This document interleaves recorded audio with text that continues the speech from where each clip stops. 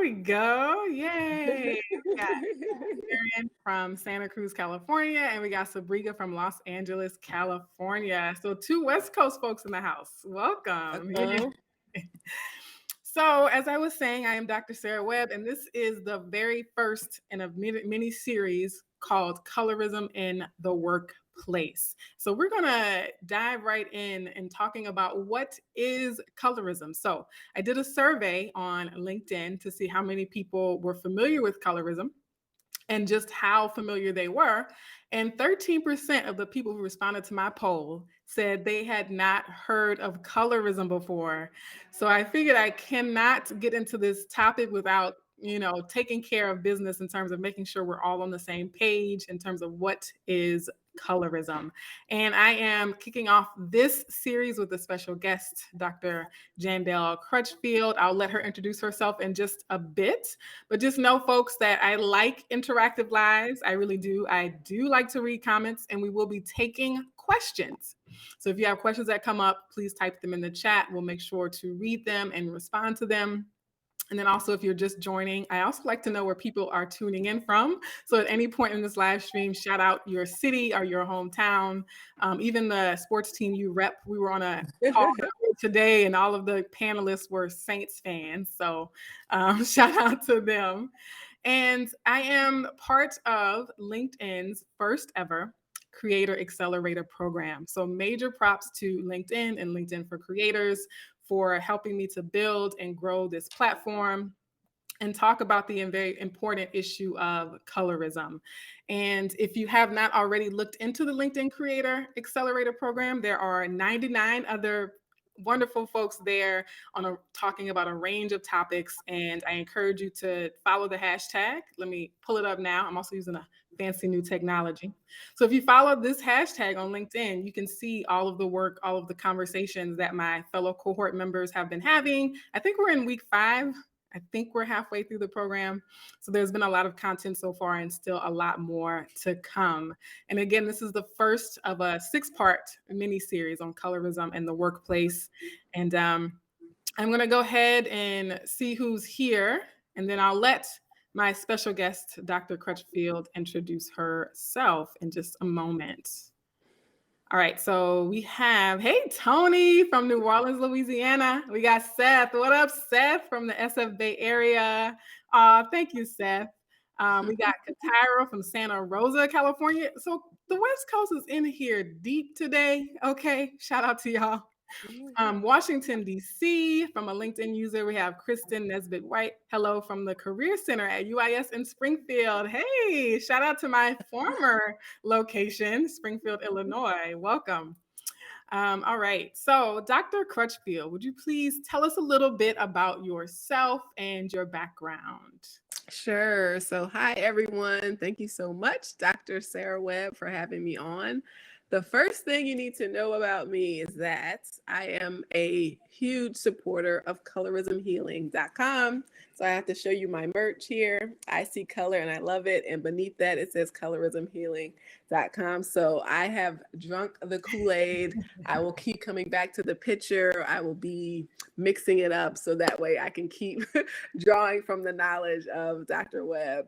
And so I am currently serving as an assistant professor of social work at the University of Texas in Arlington, Texas. And so here I do research and teach students about what it means to be a social worker in schools that is focused on pursuing racial justice, right? And we know our educational system is largely focused or has large issues around racial justice. And so I've recently begun a position at UTA as well as the Director of Diversity, Equity, and Inclusion.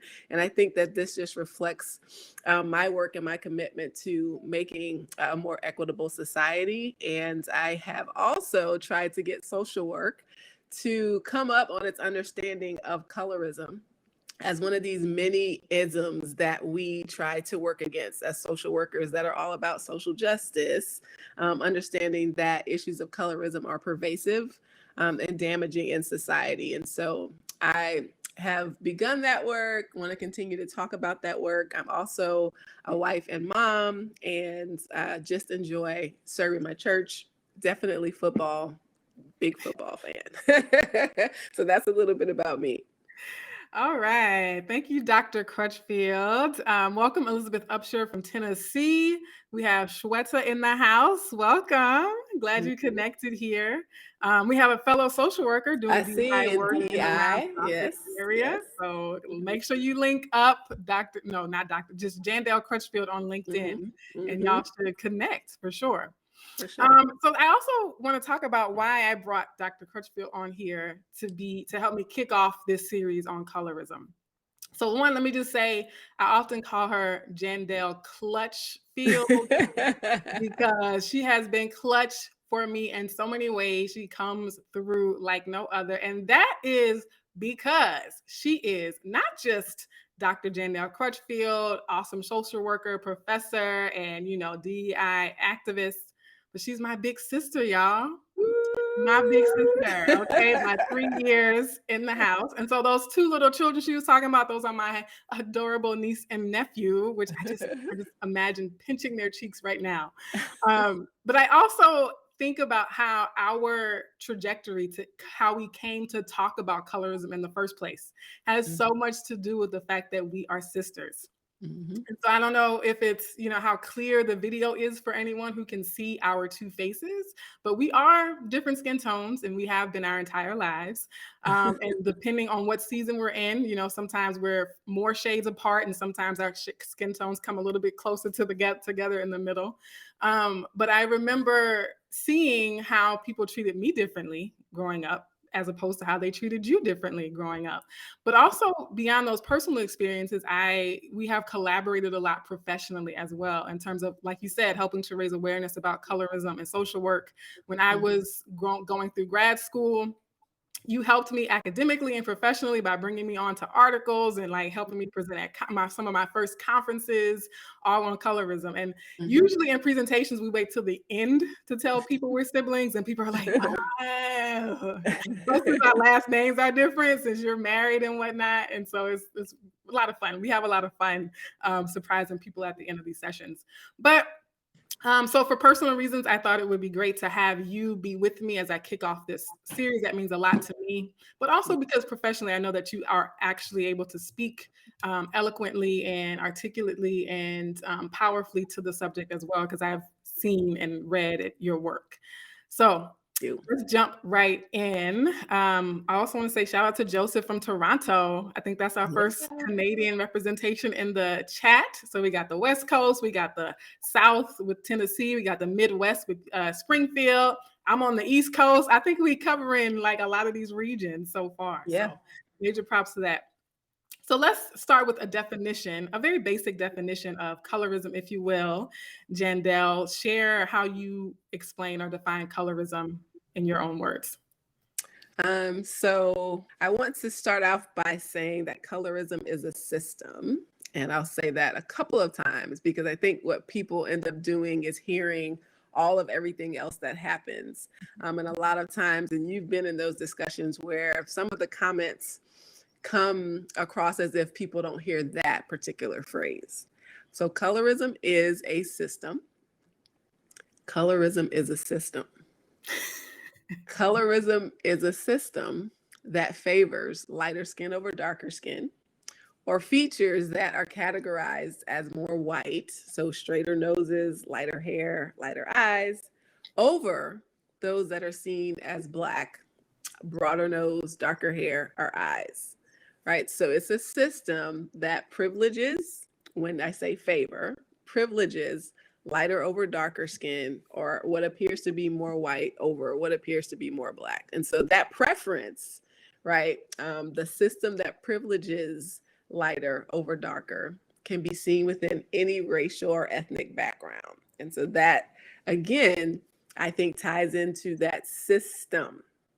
You can't just have instances here or there. If this is a global phenomenon among peoples of color of any ethnic background, it has to be a system, right? And so colorism, I think, finds its roots in racism, right? Without that concept, somebody's value or perceived superiority wouldn't necessarily be based on the color of skin.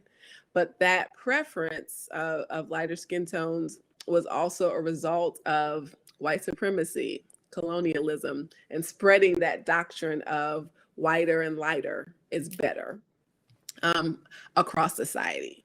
So that's the general definition of it. And I feel like the more I talk, I keep adding on. So remember, it's a system, right? There you go. Joseph is saying people. She said it's a system. It's like drive it home a little bit more, right? Absolutely. It's not your neighbor. It's a system. Remember that. Not your neighbor, but a system.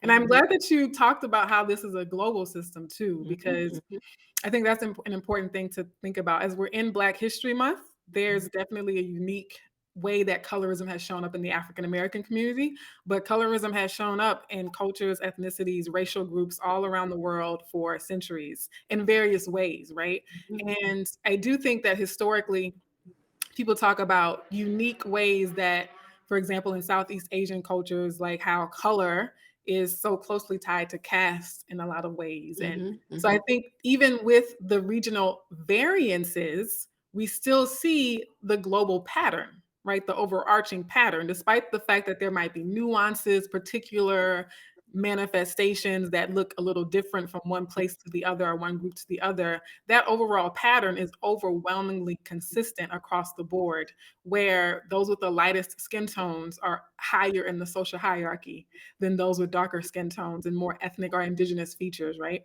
Absolutely. Because even the differences in hair texture amongst people who would, by African American standards, all have like relatively straight hair, but the slightest little curl, right? And I hear people say this all the time, like my hair is way straighter than yours, but it's not bone straight. And so I was still, reprimanded in school for having frizzy hair or something like that.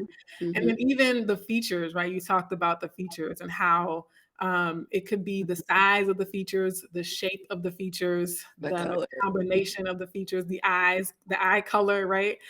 And there's a long history in many cultures where this was not just a matter of who's attractive or who's beautiful. And I think when you talk about it being a system, it's easy to just think of it as beauty standards. And that's a huge part, like that's a very important component. But beyond just the beauty standards or who's perceived as attractive or pretty, is that these preferences, these forms of oppression and marginalization have additional consequences. So could you talk a little bit about how colorism might impact people and societies beyond just the beauty side of things? I'm gonna lead off with beauty because I think it is it impacts the standards that we feel about ourselves, right? So whether that is beauty, whether that's intelligence, whether that's capability, whether that's literal success, that's what what colorism impacts, right? Because who doesn't want to be able to feel like they are intelligent or, beautiful, handsome, all of these things. But all over the globe, colorism as a system is upholding people who look a certain way as the intelligent ones, as the delicate ones, as the successful ones, as the most educated, as the most talented naturally, right? And so that system looks like the fact that dark skin representation, even if it's present, typically gives the message that the darker skinned person is not the most intelligent one. The darker skinned person is not the most successful one. The darker skinned person is not the most loving one, but was probably the funniest one or the silliest one or the one more likely to, be a thug in a movie or something like that, right? So you rarely see darker skinned people in these happy, loving, normal relationships, right? And so I think about shows like The Wonder Years that's out now, right? And how it is what we should have always had. Like we're just watching a Black family consisting of mainly dark-skinned people live. Like they have dynamic issues and struggles that they go through and deal with. And so I think colorism impacts people and what they're not able to see about themselves, right? It's rare to even see darker skinned people on commercials enjoying chocolate. Like, don't dark skinned people enjoy chocolate? Like, yes, we do. And so it's important um, to see the intentionality, right? That the absence of a dynamic representation of darker skinned people is intentional, just as this overcasting of lighter skinned individuals is intentional. And so, for example, as for darker skinned Black women, it might mean being passed over in the dating world, but also in the labor market, right? It means rarely seeing dark skinned women potentially as love interests or the main character. And so, even like I said, when there is that representation, there are these aggressions related to skin, right? So I Mhm. think it was Lupita Nyong'o who said, she was accusing a magazine of airbrushing her hair to look more European, right? So hey, but there's a dark skinned woman, she's represented, right? And so there are all of these ways, again, that the representation of yourself as anything that you want to be is absent. So if you think about it, and I talk so much about kids because I worked in schools. If you think about cartoons or kid shows, is the darker skinned person always the butt of a joke, right? In terms of adult content, who's the smart friend, right? Who is going to be the scientist in this episode of things, right? And so I think how we describe ourselves beyond beauty, right? Intelligence, access, being able to pursue certain jobs, all of that is conditioning, right? If you think even about the words that we use in the English language, darker being bad, right? And what's fair, all of those things.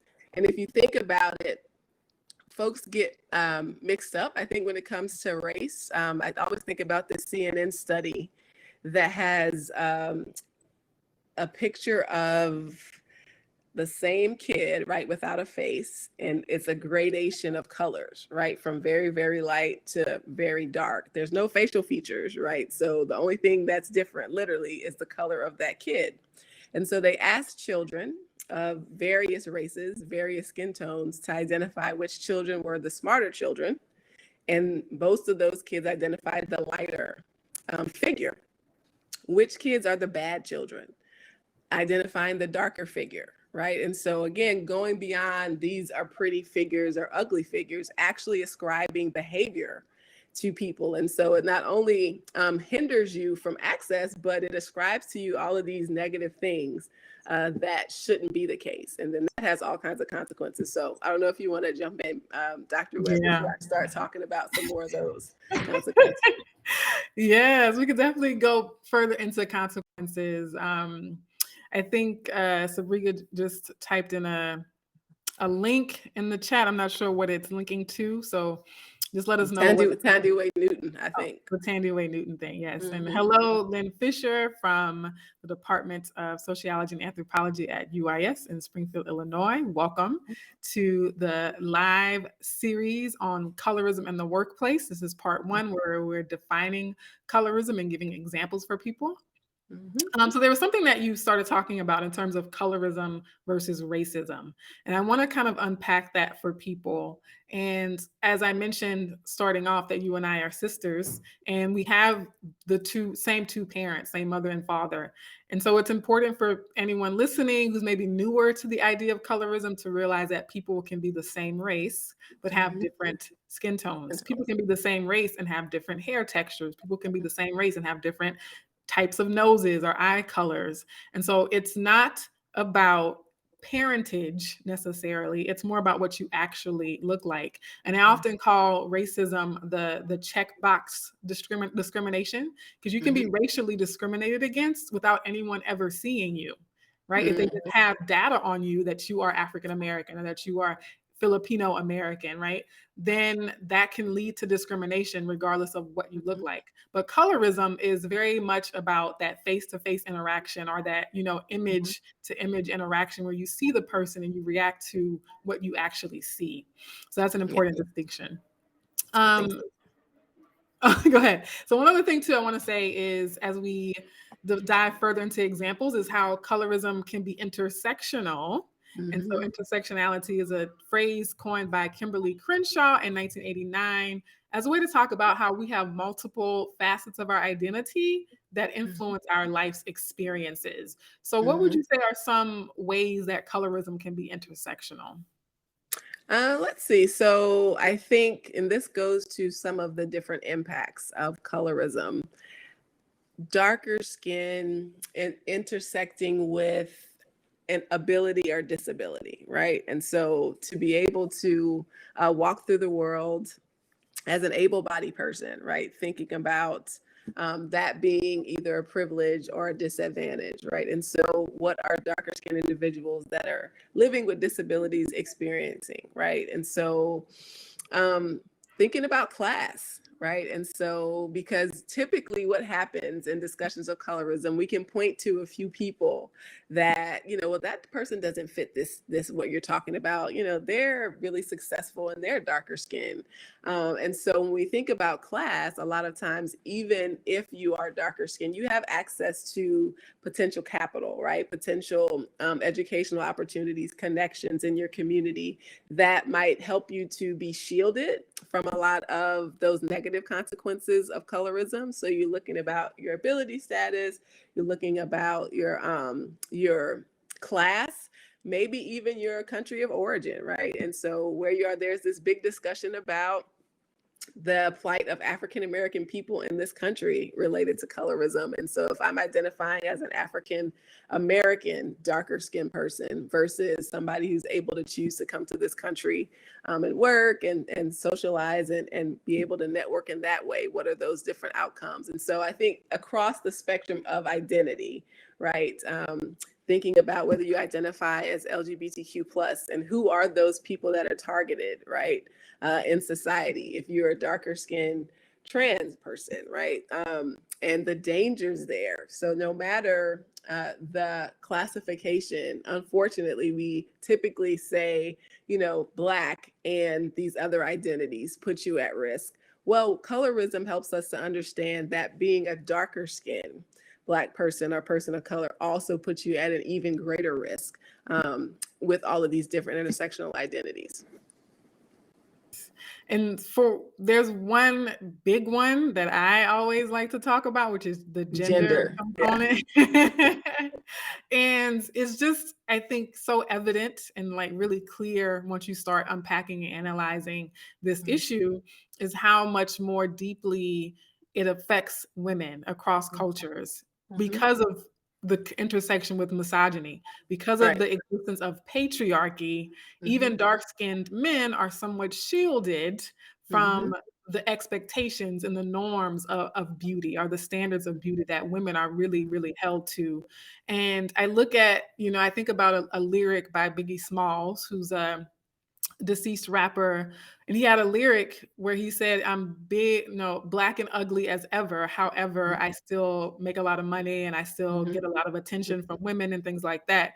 And so, Mhm. because patriarchy allows men other ways to move up the social ladder, such as their money, right, or their physical prowess, or their status, or their skill, or maybe their leadership savvy, or something like that, they Mhm. aren't as reliant on the beauty market the way women have historically been.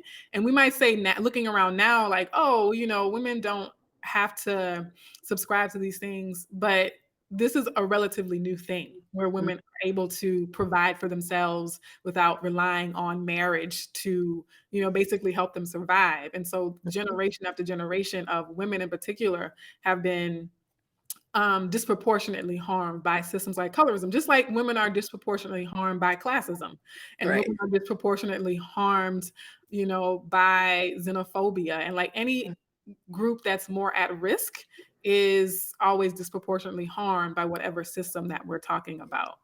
Um, Right. And I think one of the examples I use in talking about gender differences or gender colorism, right, is in that type of beauty standard and who's cast for what. mhm, You'll never hear, right, people describe a woman attractive features as tall, dark, right, and pretty. mhm, We'll hear what is the opposite of that, right? Tall, dark, and handsome, right? And so again, things that are passed down that are conditioned to us to expect, to respect, or to internalize. Just that phrase is, reflective of that gendered colorism that you're talking about. Yeah, and Joseph Mullings has a comment that's kind of relates to that. I was watching the Sonic the Hedgehog movie with my kids, and it noticeably broke the norm with the representation of a dark-skinned female, so much that I was confused for half an hour. Apart from her not having natural hair, I was willing to let it go because she came over very different than the mainstream stereotype. Stereotypes. Mm-hmm. And it's so interesting how in media representation, for example, I think I've heard a lot of people say when they heard me speak about these things that they can't unsee it. Like they'll Yeah. comment like, ever since you talked about this, I see it all the time. I see it everywhere. When you look at Black men or men of color, for example, because I even think about when George Lopez had his TV show out, right? Like usually the man in the pairing, if it's a heterosexual pairing, will have darker skin Right. and the woman will be lighter skinned, right? Particularly in heteronormative dynamics where there's, a married couple represented, or even when it's not a romantic relationship, oftentimes in advertisements, they'll meet their dark skin quota by having a dark skinned man, right? Yeah. But then all of the women in that image or that brochure or that commercial or that advertisement are fairer skinned. And so it's something that is really, really evident. Once you just know that it's happening and that it exists, you'll start to see it everywhere. Exactly. Yeah. So we'll keep going. Just know that if you're watching live, we are taking questions and comments in the chat. Thank you for everyone who has participated so far. And I want to kind of talk about the impact, continue talking about the impact that colorism can have in society, on individuals at the personal level or the professional level. So could you speak a little more to that, and maybe even some of the research that you've worked on that you and I have both worked on in terms of what are some of the more concrete impacts that colorism has had? Right. So I think when we talked about intersectionality, I brought up class. And so we always talk about the Black-white health gap, right? Our economic gap, right? Wealth gap. And so I think it's important when we're talking about how crucial colorism is to the DEI discussion to know that everywhere you see a Black-white gap, you will see a light-dark gap. It's borne out by the research, right? And so socioeconomic status in terms of that wealth gap, right? In the labor market, research demonstrates the higher likelihood of lighter skinned people to be hired for positions that their darker skinned counterparts are just as equally qualified for. And so that dates back to practices among African American communities, other communities where darker skinned people were actually kept out of the middle class, out of different societies within the same race. So those economic advantages, right, that stacked up for white people versus Black also stacked up for lighter versus dark. And so where does socioeconomic status come from? It likely a lot of times comes from education. And so we see those same gaps between lighter and darker skin. Research demonstrates like a 2.5-year difference. If you're a lighter skinned person, potentially more likely to have 2.5 more years of education than a darker person. And that's due to access, right? Due to these systems that will allow you into a program or into a gifted, institution, or, give you this scholarship right after an interview or things like that. And so, not only education, kind of socioeconomic status, but health and wellness is something that people don't think about. And right now, I think healthcare, given the discussion about COVID, has been pretty prominent in discussions about women's health. And so there is the Black-white health gap as well. But there are also some differences in skin tone when it comes to the higher likelihood of death, related to high blood pressure and all of these things, you're more likely to experience a negative outcome, including death, for darker skin. And so when we think about health and wellness, I go to the discussion about skin bleaching as well because of the carcinogenic effects of skin bleaching. And always, in Dr. Webb, you talk about it as this multi-billion-dollar industry because it is. Mm-hmm. And it's not about necessarily just I want my skin to be lighter. It's about the access. So I talked about education. I talked about socioeconomic status, and that's what's associated with that lighter skin. So that's what people who are engaging in this behavior are doing, which obviously has affected their health. So I think about mental health in terms of who is able to access therapists that look like them and they're able to stay in therapy. Darker skinned people are often more likely to drop out of therapy. And again, having experiences with colorism that people are not being able to reflect or understand. And so I think probably one of the other things I want to mention is a study that you and I did together that talks about the literal increased likelihood of death if you are a darker skinned person who has an encounter with the police while you're unarmed. And so we did a retrospective content analysis of all of the pictures of unarmed African-American people who were killed by police from 1999, I think, to it was about 2015, about that time, right? And so through statistical analysis right there, it actually is an increased likelihood based on all of those photos that you would be one to be killed by police. And so it's not, again, reduced to you told me that I looked ugly or, you hurt my feelings. These are actual things that could impact your life all the way through schooling, through getting a job, through being sentenced to prison for a harsher sentence than somebody who's lighter skinned than you might be, but actually leading up to your very death. And so that's the only other way to describe that is a traumatic experience that's repeated and is in the system, right? Thank you for that, Jandel, because I hope people watching know that this is only part one of a series. And so I'm doing a mini series on colorism in the workplace, but my goal is to continue doing lives to dive deeper. I have a lot of colleagues, a lot of people in my network and international communities, and I look forward to talking about colorism more specifically amongst other racial and ethnic groups going forward. But all of the sort of categories, broad categories that you mentioned are also aspects of colorism that I want to dive more deeply into specifically, like colorism in healthcare, right? Mm-hmm. Colorism in policing and law, colorism in schooling, education, right? Education specifically, where to help people really understand, especially if we have practitioners and professionals in those arenas, because it is so important. And the fact that so many people are unaware actually is dangerous, and it's really deadly for us not to be doing this work and becoming aware of this particular problem. That's exactly right. Exactly right. And we're working on a study now, a colleague and I, that is exploring colorism and the attitudes towards skin tones among health professionals, right? And so people that rate themselves as very, progressive and understanding about cultural differences, still kind of ranking high on these implicit skin tone biases and tests. And so, quite interesting that a lack of awareness can certainly lead to harm. Yes, definitely.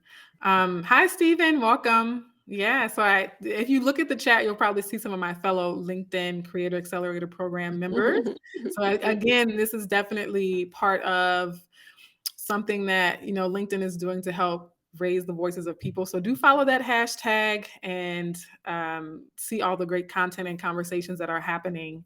We do have a question from Elizabeth. Hi, Elizabeth. Elizabeth is super, super awesome, y'all. I've been knowing her for a while, and she's asking, you mentioned health and wellness. Can you speak to the dark-skinned pregnant people and that health disparity / experience? Do you want to offer some insights and I'll chime in? Yeah, you can chime in because what I see more in the literature, thanks for your question, Elizabeth, is still regarding maternal health, that Black-white gap, right? And so I think one of the critiques we have for that field, the study, is to, have a more dynamic exploration of people's identity, right, and demographics. And so I think, I was at a conference in New York recently that talked about how we identify and what patient information we gather. And, skin tone is just not one of those that's gathered that often. And so going forward, I think that, there's room for that. I think there's probably some room for qualitative work that talks to darker skinned women who've had experiences with pregnancy, but it still would require kind of quantifying that and categorizing that purposefully. And that really, in terms of maternal health, hasn't been as explicit as outcomes like high blood pressure or death or diabetes. And so I think there's room for that to grow. So I haven't, actually seen specific studies related to darker skin maternal health, but it sounds like a study coming up. Dr. Webb, I don't know if you have. Yeah. So now y'all know why my sister is still in academia and why I'm not still in academia, because I'm going to give you my hypothesis. No, as my sister is saying, we don't have the pre-existing research that's specifically like looking at colorism, saying like, oh, we looked at, amongst African American women, amongst, Asian women, amongst Southeast Asian women. These are the disparities we're seeing. But I'm going to offer my hypothesis and my theory that researchers like my sister and others can go and verify and confirm is when we talked about the intersection of gender and color, we know that what we do know, what people have been already writing about and tracking for decades, is the association of dark skin with masculinity, strength, brute force, being threatening, being deviant and immoral. Okay. And people with lighter skin tones, the fairer the skin tone, the more true that stereotype is, and the darker the skin tone, the more true the negative stereotype is. So people with the fairest skin tones and the, straightest hair textures are seen as soft, as seen as vulnerable, as seen as morally upright and upstanding citizens, and seen as, it's associated with femininity. So when we know that that's the narrative, the unconscious, subconscious, and sometimes explicit and conscious narratives that many people are operating from, then it's not a reach to say that we can hypothesize what the research is likely to find once it's being conducted. And I use, for example, someone like Serena Williams, who is a multimillionaire, and she almost died giving birth. Yes. And I was speaking to someone about this, and this was a non-Black person, right? A very fair-skinned non-Black person. And so they thought maybe it was the particular hospital she went to, or maybe it was an issue with her healthcare plan. And I'm like, no, this is someone who could afford this is Serena Williams. the best quality healthcare. And they still would not believe her. They still would not listen to her, right? And on top of her being an athlete, these assumptions about, oh, well, you're lying about how much pain you're in. And for women who don't have, imagine how hard it is for women who don't have that money and that status and that clout to pull rank, right? Imagine for poor, dark-skinned Black women. And then if you're plus sized, right? If you're poor, if you don't have the education to talk like me and Dr. Crutchfield are talking right now, and you're, using your AAVE, imagine how much more worse they're treated in these systems. And and I talk about the moral factor too, because you have trained healthcare professionals who will look at a Black woman, especially, the darker her skin tone is, and say, oh, well, she's promiscuous. We're just going to get her in and out. She's just going to be here again next week. All these stereotypes are preventing people from providing adequate health care. And I know some people don't want to hear it until the research is out there, but y'all, we know what time it is. Okay. Absolutely. So that would be the hypothesis, right? In those studies. And like I said, we have conducted studies with the professionals, even if we haven't necessarily looked at the outcomes of the actual disparity ratings.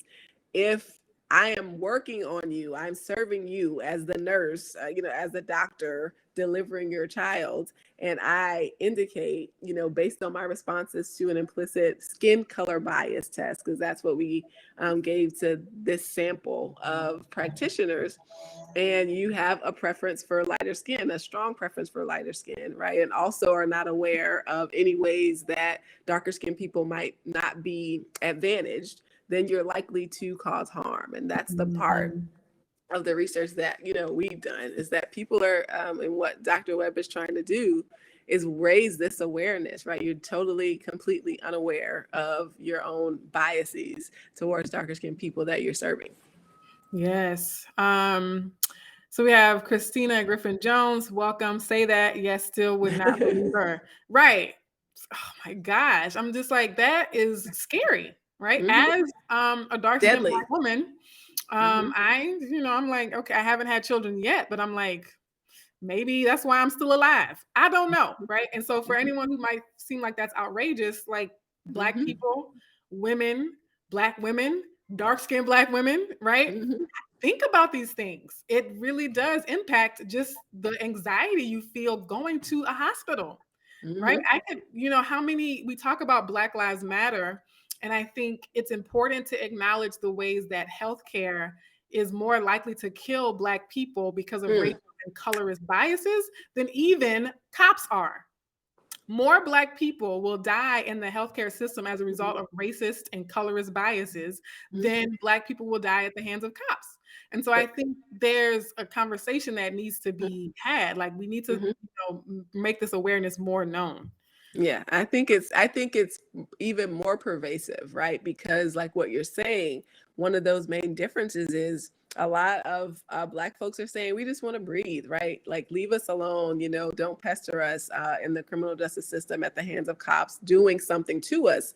The problem with healthcare is that not only can you harm us by doing something to us, you can also harm us by withholding treatment from us, by doing nothing, not intervening when you need to save our lives because you have deemed us not worthy, or we can deal with the pain, or whatever. So yes, I agree with you, sis. That sounds like that's a thesis to another paper, is in healthcare, that harm is potentially more pervasive than in the criminal justice, dealing with the cops. The inaction. The inaction. Right? The inaction is killing us at alarming rates. And I did do a guest lecture in a writing class for nursing students, undergraduate nursing students, on implicit bias. And it was right around the time that there was a story. I believe this was a Black woman in Florida. So she was Black, she was a woman, she was working class, she was dark-skinned, and she was plus size, and she was older, right? All of those factors compound the stereotypes. And so she went into an emergency room saying, I can't breathe. And do we have any healthcare professionals on the line? I don't know. Any healthcare professional knows that if that's the complaint, if someone's complaining about not being able to breathe, they need emergency assistance, right? It's not like, oh, I have a stomach ache, or my arm hurts, or even I'm bleeding or something. Like, not being able to breathe is an emergency. And they refused to help her. They thought she was lying. They thought, and again, we have to check our biases, because some of the students in that class said, well, maybe she had a bad attitude. If I can't breathe and the people who could potentially save my life don't believe me, I'm going to catch an attitude too. I'm not going to be polite about the fact that I'm about to die and the people who are responsible for saving my life refuse to do it. Like, nobody's going to be polite about that. But also, regardless, like, I'm not going to get into that, but I think that was just one more case study, right? So even if we don't have the grand scope of research, we definitely have case studies that give reason to do more research. And I know we're coming up on time. I don't want these to be too long. I was thinking like 30 to 45 minutes. But again, if you're just tuning in, this is part 1 in a 6-part series on colorism in the workplace. Maybe your workplace is a hospital. I don't know. But this session was designed to just introduce people to the general concept of colorism. So we talked a lot about definitions of colorism, how it's a social system that stratifies people, that puts people in a hierarchy based on their skin tone, where people with the lightest skin tones and the more Eurocentric features are always elevated to the top of the hierarchy, and those with darker, more indigenous, more Afrocentric features are always relegated to the bottom of the social hierarchy. And we talked a lot about the consequences of that social structure. And so next week, I'm going to be bringing on another guest, Dr. Shannon Anderson, Ed D, to talk about colorism in education. And so I think the educational pipeline is important when we talk about colorism in the workplace, because how do people get equipped? How do people first enter the workplace? It's through the educational pipeline. In addition to the fact that schools themselves are also workplaces, right? And so we can even think about it from the faculty, staff, and administration side of things, but certainly looking at students in education and their ability, the likelihood that they're even allowed or able to reach certain levels of work or career attainment based on the trajectory and the path that they've taken in their K-12 schooling. So that's next week, Thursday at 5 p.m. Eastern Time with Dr. Shannon Anderson. Before we close out, let me know if you have any other questions or comments in the chat. And while I'm reading the chat to check for comments and questions, Dr. Crutchfield, please share any final thoughts that you have for us today.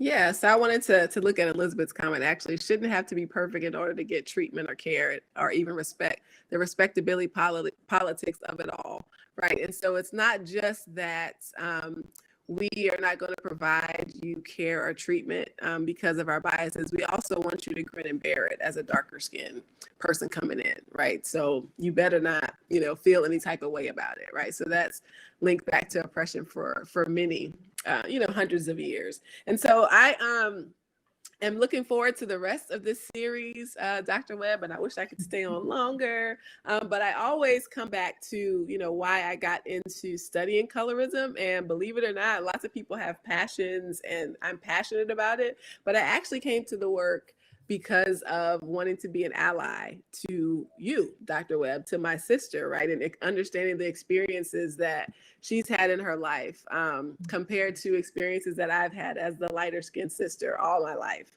right? And so thinking about the pervasiveness of that, the need to speak out about that, using the privilege I have. And so that's one of the things I usually like to talk about. And so I know we're wrapping up. And so I'll just leave with that, is that if you do have lighter skin or more Eurocentric features, you are much more likely to be afforded privileges, right, than people who are darker complexions of any race, any ethnic background, not just limited to African Americans, that they might not have access to. But you can use that privilege to try to advocate for better treatment of people with darker skin. And so, lighter skin people like me, if you're out there, right, you have to be cognizant of that privilege and try to consider how to use it to remedy instead of continuing. And I know we're not going to get into Tandy Way Newton, but I need to, as a lighter skinned person, try to open up that space, not take all of the space for myself who already have been privileged, and instead try to remedy some of that harm that's been done against darker skinned individuals. So I'll leave it there.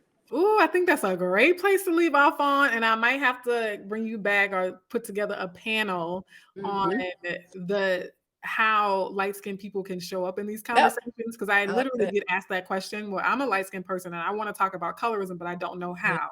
Or, so I think that's a whole separate session that we can definitely return to. But thank you, sis, for being an ally always. Even before we ever heard of the word colorism, you were an ally, you know what I'm saying?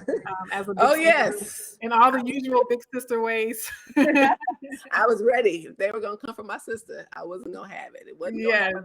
Not on my watch. Like I All right, folks. I usually, whenever I do lives, I usually say I love y'all. I don't know if that's like appropriate on LinkedIn, but I do love y'all. I got love for y'all. All right. There you go. I appreciate you. But also some of y'all I know personally. So yeah, I love y'all. I do. But also thank you for showing up to this conversation, because it is one of those topics where can be very uncomfortable, even for people of color.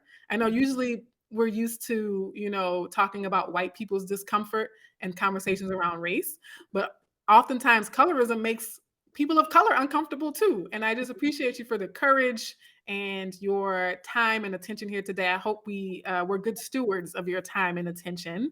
And if you're able to join me again next week to look specifically at education, tag your teacher friends, tag your principal and AP friends and your parents of students in the school system. We really need to get this educational pipeline together. So that'll be next week on Thursday, February 17th. Thank y'all. Love you too. Yay. Great conversation.